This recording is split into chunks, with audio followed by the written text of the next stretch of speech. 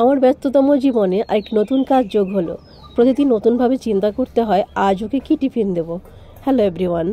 গতকাল রাতে সমপরিমাণ চাল ডাল ভিজিয়ে রেখেছিলাম। প্রথমে কুকারে বেশ কয়েকটি আলু বসিয়ে দিয়েছি। আজ একটু মুগ ডালের চিলা বানাবো, এর সাথে একটু আলু মাখা দেব। এই খাবারটা যেহেতু একটু ক্রিস্পি টাইপের হবে, সাথে একটু আলু মাখা দিলে 3-4 ঘন্টা পর যখন ও খাবারটা খাবে তখন হালকা একটু নরম হয়ে যাবে আর ওর খেতে সুবিধা হবে। ভেজানো চাল ডালের এই মিশ্রণটার মধ্যে এক টুকরো আদা, কাঁচা লঙ্কা, সামান্য জিরে, সামান্য মৌরি দিয়ে মিহি করে পেস্ট করে নেব। আমি এটাকে আজকে কড়াইতে কিভাবে করি সেটা দেখাবো।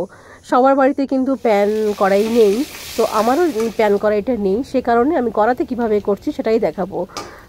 তবে এটাতে কিন্তু তেল দেয়া যাবে না। কড়াতে করলে তেল দিলে কিন্তু সেটা আর উঠতে চাইবে না। একদম শুকনো কড়াতে তেল ছাড়া, সম্পূর্ণভাবে তেল ছাড়াই এটা হবে। হাত দিয়েই ব্যাটারটা এভাবে চারদিকে ঘুরিয়ে ঘুরিয়ে দিতে হবে। মোটামুটি 1-2 মিনিট পর যখন দেখবে এরকম একটু লালচে লালচে হয়ে গেছে, তারপর আস্তে করে খুন্তির কোনা দিয়ে চারপাশটা এরকম ঘুরিয়ে দিলেই কিন্তু জিনিসটা উঠে যাবে।